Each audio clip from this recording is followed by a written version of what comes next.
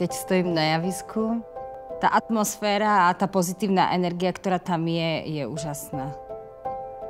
Všetky tie negatívne veci a stres a všetko, ktoré máme, ako keby proste už sa nedostanú za tie múry toho divadla a je tam len zábava.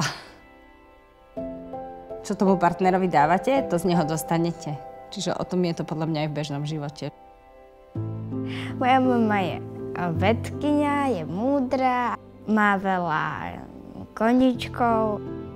Je dobrá v tom, že vlastne vždycky, keď sa pohádame, tak o chvíľočku sa vždycky udobríme. Keď mama ochorela, tak som mala asi 6,5 roka, 6. Čiže akože veľmi, ako som tomu nerozumela, ale vedela som, že mama je chorá a že nie je to veľmi ľahká choroba. Vždycky, aj keď ma nepustili do tej nemocnice, tak vždycky som sa spýtala tata, že ako sa má mama a tak, lebo som sa o ňu bála.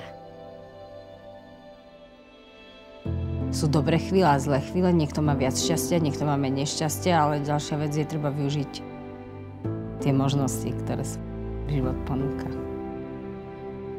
Viac sa zabávam, užívam si život, venujem sa rodine a práca pre mňa už nie je až taká dôležitá. To bol pre mňa taký najväčší problém, po tej liečbe sa opäť zapojiť do tej práce. Ale nejak sa to teraz naštartovalo. Kvalita života spočíva v tom, ako si ho človek užije, no aby niečo tu po ňom ostalo, aby bol inšpiráciou pre niekoho. A keď myslím si, že ten človek za sebou spokojný, tak potom to z neho cítiť, aj to okolie to vidí.